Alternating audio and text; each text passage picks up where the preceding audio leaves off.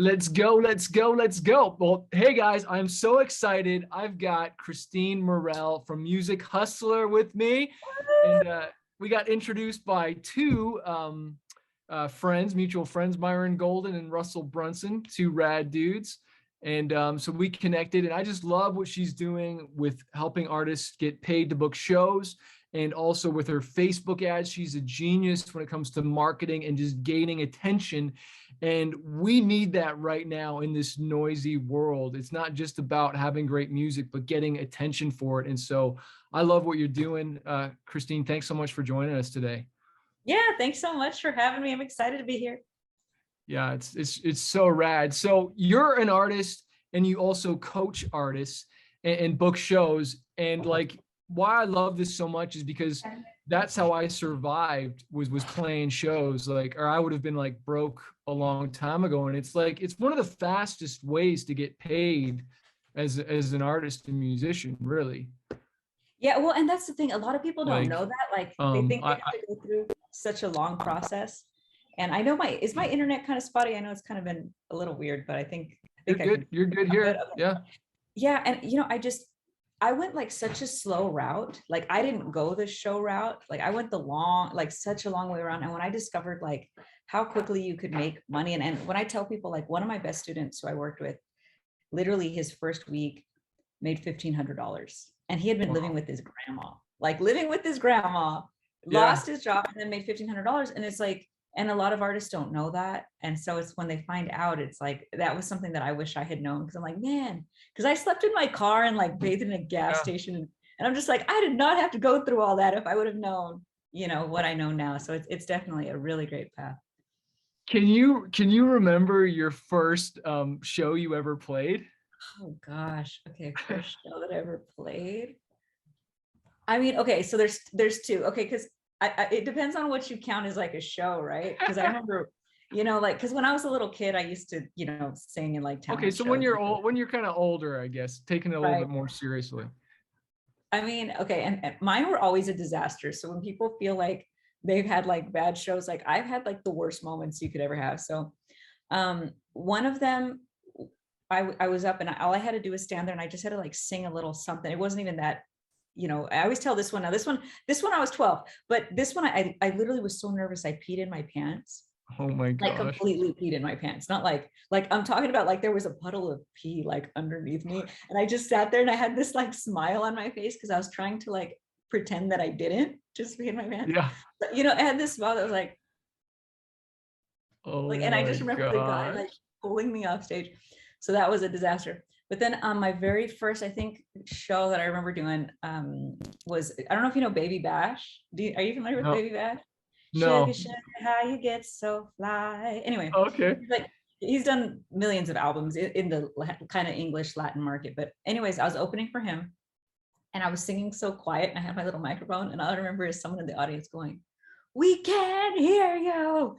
Sing louder." So like there was always like stuff like that. And then just those types of things. I don't know. Oh my gosh, I love it. Definitely good times. I had a girl one time was like jumping and kept on like trying to reach up my leg or something. I'm like, what is she doing? And then all of a sudden she was waving a piece of toilet paper. And that must have been hanging out my jeans, or I don't even know. But like, I just like, oh my gosh, okay, let's just go sing over here now. You know what I mean? Oh, that's so funny. That's great. It's just what about your first paid show? Can you remember your first paid show? Because that was always a big milestone for me when I actually got paid to play and do what I love, Oh gosh, when was my first? I'm hunting, I'm digging, aren't I? I know. I'm throwing it out there. Let's see, probably I think it was, I had finally got a song like on a local radio station, I mean, it's a tiny little radio station. And I think I played for like a birthday party, and that was yeah. And then because we have like, our town's very small. So it's like, if you get a song on the radio, you're like Beyonce, you know what I mean? Like, oh my gosh. So I remember just feeling like, I think I was only like 18, but I felt like I was just Just, amazing. I even had like a little ego about it. I was like, I'm oh so my gosh. like when you look back at that, you're like, I can't even believe it. I had my own little ego, like thinking I was all cool and stuff. But Oh, it dude. was definitely like it was definitely a good moment. What about you? Yeah, like so our first show was at a church with a guy, and it was just like we had a DJ, and it was like maybe 15 people there. But your story just reminded me, because like we did churches, we did bars, a lot of open mics. And then I remember even doing like playing at a karaoke machine in like one of the roughest neighborhoods, because like it was like an outreach thing for the church. And I remember doing some jail sometimes, and like what one of one of my worst shows I remember, and I like said to the promoter, like, I'm not doing it. I won't do it, because we had my tracks, and the way the sound system was, when I would sing, the music would go down. And then when I would stop singing, the beat would go back up. And it was like this. And he's like, no, man, you got to perform for the people here. I'm like, dude, like, it's like, oh my gosh. Right. And like, I needed the money at the time. We're actually in the UK. I was with my wife. And I remember just like, I never want this to happen again. And it's just like, like just so embarrassing, right? Or like what you said, when there's like you get off stage, you're like, how's the show? And they're like, oh, I could barely hear you. I know. God, You know? it's so funny, but it's like you do so many, like there's always stuff that goes wrong. Like I remember even one time being so nervous when I first started out. I was either 17 or 18. My voice would shake. That's the Yeah. last thing you want to happen. I just remember singing. I was singing Etta James. I was doing a cover song, and I was like, at last. All I remember is someone in the audience goes, "You sound like a lamb," and I'm Oh my like, gosh. I know I do. I do. Like, I can't even get mad at the guy because I do, and it was just like, Yeah. not Oh fun. my gosh. I love it. I love it. So let's transition now about our horror stories to like, so how can artists start getting paid and start even just booking shows? Like what do you find artists need even to get started, and like what do they need to get ready to transition from like literally like being in your mom's basement? Like I remember practicing like when I had my first show booked, because I used to be in a group and I went solo. And I remember I got my first show booked. This is amazing. And I'm scared out of my mind. How do I even get ready for this? And like maybe share some of your thoughts on that whole process. Yeah, yeah. Well, there's so many ways, right? There's not like one way that someone has to go to, be successful in music or book shows. But I tell everyone there's a couple ways, and the route that I went, and I know you as well, doing so well with your original music, and was I released a lot of content. That's what I released a ton of content. I was song after song after song, and back in my day, I wasn't doing like music videos. We didn't have like, it wasn't as easy to release like video content. Yeah. MySpace was big at the time, so I would release 2 or 3 original songs a month. So I would Oh record, and to the point where I was getting like 10,000 listens a day, and so I my became gosh.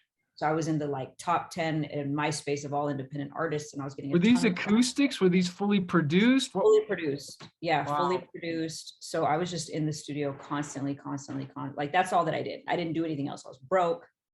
That's all I did, And then I had people listen. People were listening to my songs. People were listening to my songs, and one after another. And then I had this song that I just knew it. This is the song.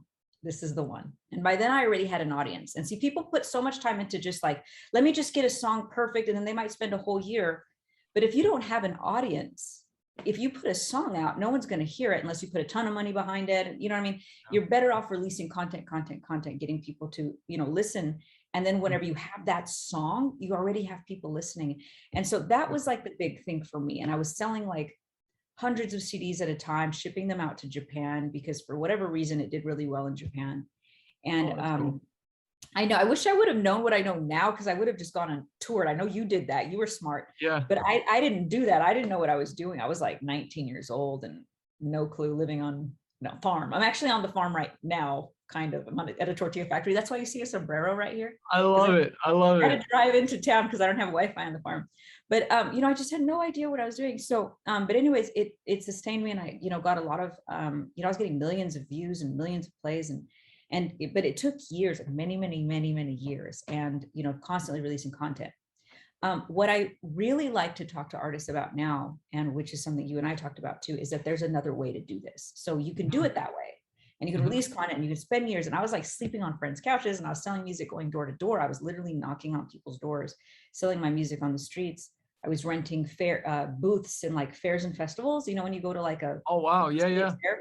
So I had a booth, and I'd have a CD player, and then I would ask everybody that walked by, like, would you like to buy one of my CDs? So I would spend. Look how smart that is, though.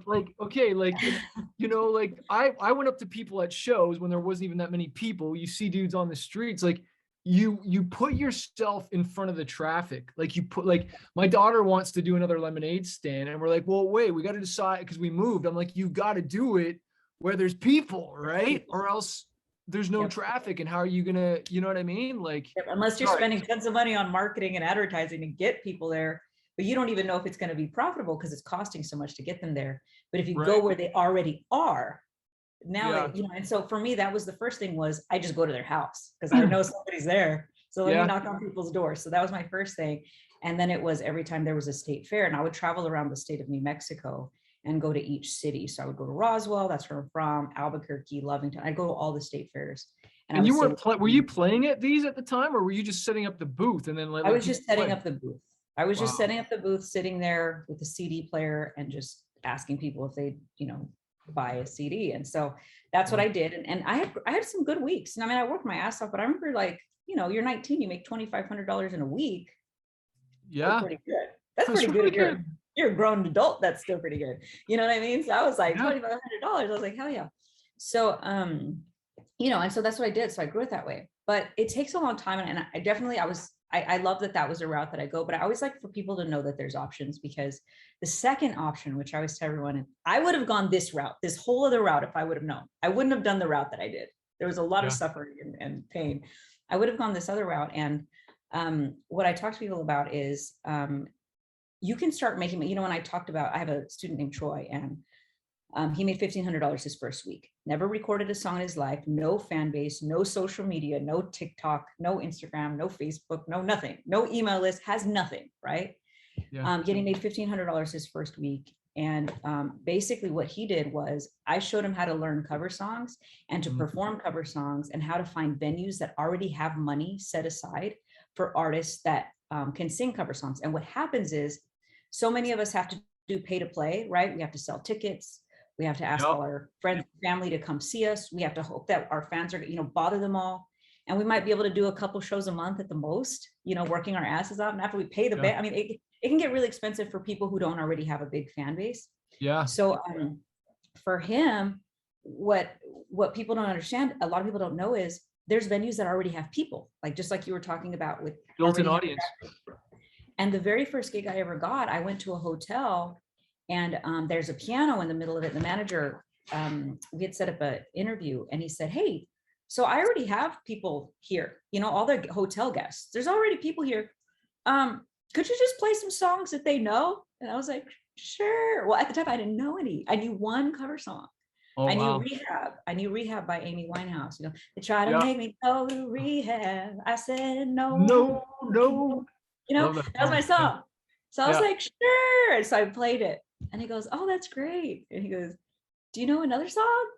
And I was like, so what I did was, I was like, well, let me tell you, if people, let's say it's like more like cocktail hour, depending on the mood, I would just sing the same song, but I'd sing it different. I'd sing it like this. They try to make me go to rehab.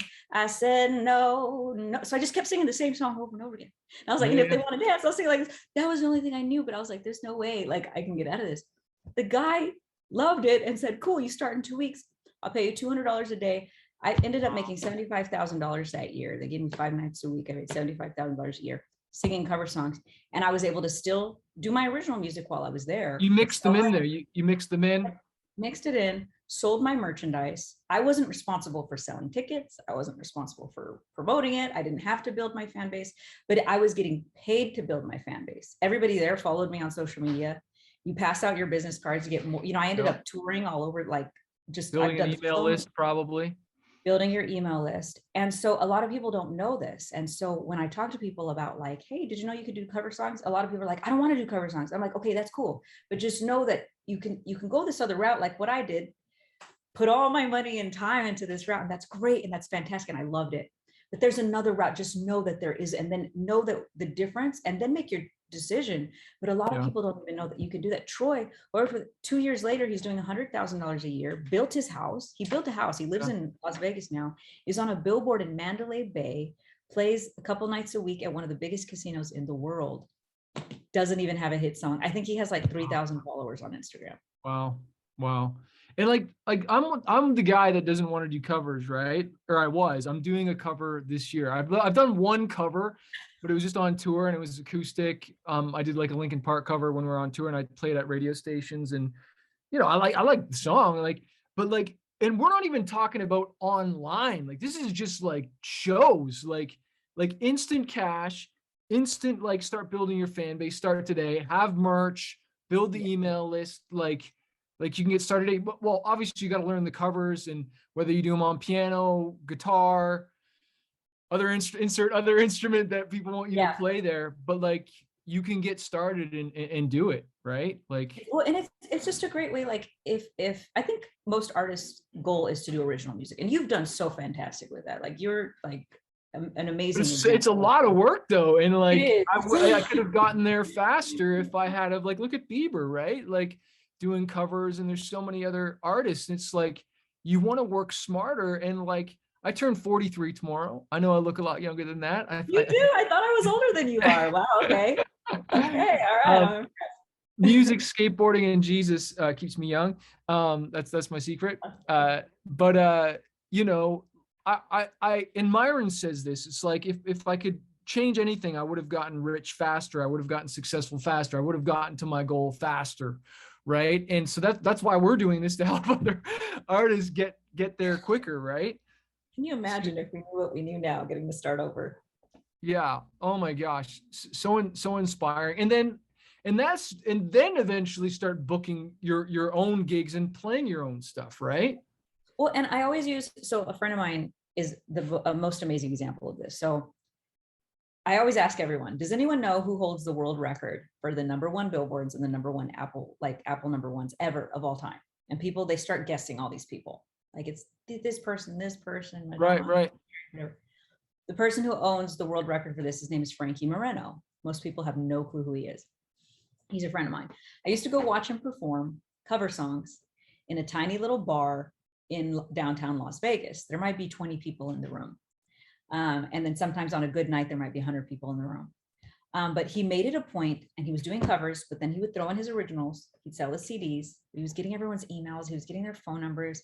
He was writing them. He had this personal touch, and he was very personable with everybody. Fast forward to many years later, I just watched him grow. And then all of a sudden he's headlining at the Stratosphere. Now he's headlining at Carnegie Hall, and now he's on a world tour. And I'm like, what is going on here? What he did was he used that platform to where he didn't have to work some other job. He didn't have to spend hundreds of $1,000s marketing himself. Every day he was performing in these places where there was traffic. He did the cover songs because he didn't have a fan base at the time, but he got paid to build his fan base. So he got paid every day, was making a killing. And then he started releasing his original music. And when he started releasing his original music, get this. So George Strait owned the world record for #1s. He had 45 #1s, world record. It took him his whole lifetime to reach 45 #1s. Frankie Moreno had built his mailing list when he decided to start releasing original music. He beat George Strait within 18 months. He hit 46 #1s within 18 months because he built that email list that didn't cost him anything to build, by the way. And usually we have to run Facebook ads and Instagram ads and all this stuff. And maybe we break even, and then maybe we can start building, and we're working some other job, and we're having to do crowdfunding. And he now is at, like, it's something ridiculous. He's like at 65 #1s or something, but he did it. It's like a business plan. It's, you go here, you start making money. Now you have money, you feed it this way. Now you start releasing your original music. You already have a fan base. You already have people that are waiting for your music. And now he owns the world record. And he's like, Kristine, I'm going to do so many that no one's going to be able to beat me. He's like, I'm just going to get so many, because now he releases a song every week. He's like, I'm releasing a song every week. He's like, because he's in his, like, I don't know how old he is, but I know he's in his 40s, and he's just like, I'm just going to keep doing this. So like, there's no way anyone can beat me. And I'm like, yeah, you're pretty much on that route right now, because underneath him is George Strait, Madonna, Drake, and the Beatles. Dang. Frankie Moretto. That's crazy. Who And nobody not knows. necessarily, and like just killing it. And obviously it was hard work. Like, and that's what I want people to know. Like, this isn't like get rich quick. It's get wealthier a lot faster than doing it the other way. That's for sure. And obviously there's so many, like we said at the beginning, there's so many different ways to do this, but it's just like, why not take the shortcut like you're talking about, right? And so you have, I got a few more questions, but I just want them to know there is a training that Kristine has. It's 3 steps to book paid shows using covers and a bunch of other strategies as well too. The link is below this video podcast, wherever you're listening to it. But I also want to dive in to some of the marketing stuff, because like you're really good at marketing and just getting attention. And, you know, I've used my music videos, and I've probably, for my music, probably invested at least 250,000 just on my music on Facebook, Instagram ads, doing like a free plus shipping, upsells and all that stuff with CDs. And we just used a music video, but like, I think your ideas, you've probably got some like way better ideas as far as like just getting attention. Like, what do you find is working for artists to like get attention, like in the ad? Let's start there. That's a great question. So when we first started out, we're running kind of more of what most people do. I think like traditional, like showing the music video or showing a live performance, kind of thinking that the music is the main product. What I've really geared now towards is the person. The person is the product. And so basically what I mean by that is, instead of, you know, when I know a lot of people watching right now probably are guilty of like spending money on like YouTube ads and like not getting results or not getting, you know, because, and I've done the same thing. I spent thousands of dollars on YouTube ads going, why aren't I making money?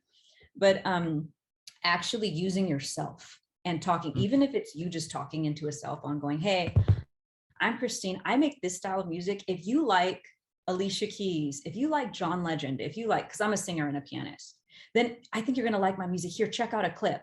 And then you can show like a clip of you, and it could be an acoustic version. It could be you playing. It could be a music video. It could be, you know, something fun. I've even tested, I have a bloopers video where I like put in all the bloopers of like my like behind the scenes like music video, which did way better than the actual music video, because the bloopers are just hilarious. So I use a lot, and that's what I'm talking about with the person, like using your personality, you know, to really engage people. Because especially as us as independents, where we find, and I'm sure you've had, like, we have the ability to have conversations with our fans. We have the abilities to get to know our fans, because we don't have 100 million of them. So we get really close with them, and those are the ones that end up donating to our crowdfunding every time. You know, I've had fans that really have donated, like, and purchased tickets and bought albums, like in the tens of thousands of dollars, one person. You know what I mean? Like, I've had super fans literally spend 5,000, 10,000. I've had one that's done over $25,000 in donations. These are people I've never even met in person. Like, this is just, they just got money, and they're just like, oh, here's this person. I love their music. You've touched them. Like, that's the thing. Music touches people, right? And and I think that that's to bring them in, just to get them even interested in you. That's really what it is. And I discovered a lot of that, like, in MySpace days, when like I would always just make sure to write everybody back. And I learned that from a friend of mine who's a musician. He just always said, you know what, write everybody back. It means a lot to them. And I remember seeing he would get tons of numbers, and I was like, how are you getting all these numbers? Like, you don't got money. And I just remember, like, one particular fan was like, hey, it's my son's birthday. And I remember, like, oh, cool. And what's his name? It's like, his name is like Tony. And so I sent Tony like a happy birthday message, you know, and they didn't pay me for that, nothing. But I remember when I set up my first crowdfunding campaign, he was the first person that donated $500. That's and cool. I looked at that and I went, people have $500 to donate. You sewed into them. You sewed into that dude's life back whenever. Yeah. And so it's like, you have to, you know, like, really give them your time, because that's what you have. And I think that you as a person, I think that's what's really worked out. What we've seen is in ads campaigns really is using yourself. Talk about the style of music you make? Talk about the artist that you sound like. So I'm going to freestyle this ad for you right now. So you're saying I Okay. should do something like, hey, I'm Manifest and I make metal music. If you're into like Linkin Park, whatever, check out the CD we're giving away. We're not with a label, but we just want everyone to hear our music. Check out the snippet right now and get a free copy of the CD. Like something like that, maybe Yeah. walking or something. Perfect. Perfect. And actually walking is amazing. So instead Yeah. of standing still, walking does really well. And that exact thing, like how you're giving away something for free. And some people that don't have albums, they can give away like free downloads. Mm-hmm. Hey, get 3 free downloads, or like you said, free plus shipping. Hey, just pay for shipping Yeah. and get a CD. Those types of things are great because people feel like, people are always asking what's in it for them. Like Yeah. they don't know you, so they don't care so much about your story. They don't care too much yet. So first it's like, what's in it for them? And then after that, it's all about the follow-up. What are you saying in your emails? And my emails are usually just like, here's the story behind my songs, here's some backgrounds, here's my bloopers. Yeah. So people love bloopers. Like, just put all those together. Like, they're hilarious, people love them. And Yeah, it's being more transparent, right? Like I feel like I'm too serious sometimes, and it's like, I bet you if I was more animated, more goofy, even like, and obviously you want to stay on brand, but at the same time, like, I look at my buddy Brian Head Welch and Korn. He's a total goofball, but they're like yeah. dark metal, whatever. But like he's a crazy goofball, right? Like it's really stepping out of yourself. Just like it's almost like how you step out of yourself to perform. It's like stepping out of yourself to market, almost Mhm. in a way. Yeah, it really is. And I think the more that people like find you, like you're a human, like they relate to you, then Yeah, it's that's what I recommend. So a lot of times where people are just sending, traffic to their music videos, I actually recommend making a whole new thing.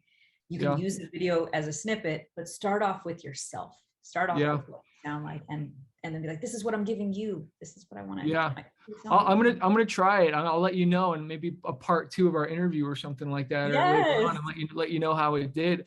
I always teach artists, you got to try multiple stuff, man. Like it's like they try one ad and they spent their whole budget before talking to you or talking to me, and they're like, it doesn't work. It's like, dude, you did one ad. Like you didn't split test, and I don't want to get into all that, but it's the idea of like, Right. try 2 at the same time, Right. see which one works better. But you Right. only tried one, but this one could have performed 10 times better. Like, Yeah. And you have to test it, like even, like in, I now have my business where I teach, I mainly focus now. I just teach musicians how to, book shows and market their music and that sort of thing. And even then, I mean, we've had, tremendous success in that side of the business, but sometimes we have one ad that just totally flops. And if that had been our first ad that we did, and then we said, well, I guess it doesn't work, we would yeah, have lost out on all of the, traction that we would have made if we would have just tried one more and tried it just a different way, or with a different targeting, or with a different, what I mean? A different yeah. message, a different offer, whatever it is. But, there's just different, you have to test it. You have to keep going. You can't just try And, one and, thing. and we're talking about like real money here. Like you put in $100 into the first ad and you put in $100 in this one. And this one got, I don't know, let's just say 100 views, but this one got 200 or maybe even 300 because this one got 10 times more clicks, more shares, more comments, but you would never even know about this ad because you only tried one and you stopped there and you gave up, right? Yep, exactly. It's That's the thing. crazy. And I think that that's really like the separation between like who's successful and who's not successful. A lot of times it's like, who's the person that's willing to keep going? Because Yeah. we know it's not talent. There's plenty of people way more talented than I Oh my am, and way more gosh. talented than because it's not talent. This isn't a talent contest. Like I always tell everyone, is it good enough? I'm just the good enough person. Like, is it Yeah. good enough? Because if it's good enough, if your marketing is good enough, if the song is good enough, if the message is good enough, all of it together is more than what everybody else is doing.